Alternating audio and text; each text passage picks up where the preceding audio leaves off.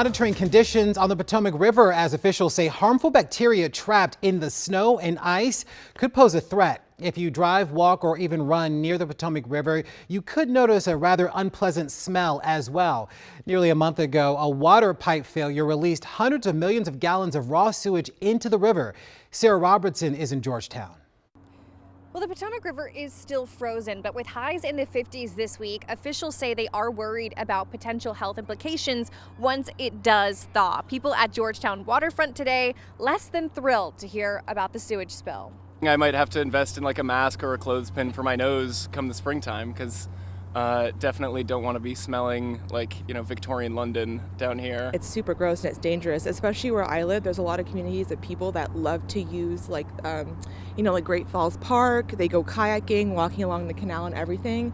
And I think it's really going to get some people sick. Health officials have called the sewage spill into the Potomac River an ecological disaster. Friday, Maryland lawmakers met to discuss next steps, nearly a month after an estimated 250 million gallons of raw sewage spilled into the river following a burst pipe in Cabin John. Big risk is a cut and having contact that could lead to a serious infection that can't really be treated with antibiotics. Environmentalists with the Potomac Riverkeeper Network say the timing is especially concerning, with warmer weather expected to draw thousands back to the river in the coming weeks. Obviously, some of this melting of ice where the Staph aureus can get trapped in the ice and then have a delayed release. I just think people need to be cautious for quite some time.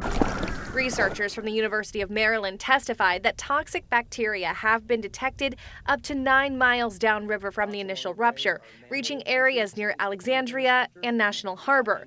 Testing found not only E. coli, but also staph and the antibiotic-resistant superbug MRSA. Dean Noyix with the Potomac Riverkeeper Network says people need to be vigilant over the next several months. You can visibly see all this raw sewage and toilet paper. And officials say that matters, even miles away from where the spill originated. Based on the sampling data from University of Maryland, showing things like Staph aureus, which was showing up in the sampling data at not only the site, the Lock 10 site, but also a lot of the sampling downriver in some places in Georgetown. For those in Georgetown Saturday, they said they want clearer signage and more public health alerts, especially as spring approaches. I live not a mile from here and I had no idea. The Potomac Riverkeepers say even coming into contact with the sediment near the water could present health challenges. For more information, you can visit our website, WUSA9.com. Reporting in Georgetown, I'm Sarah Robinson, WUSA 9.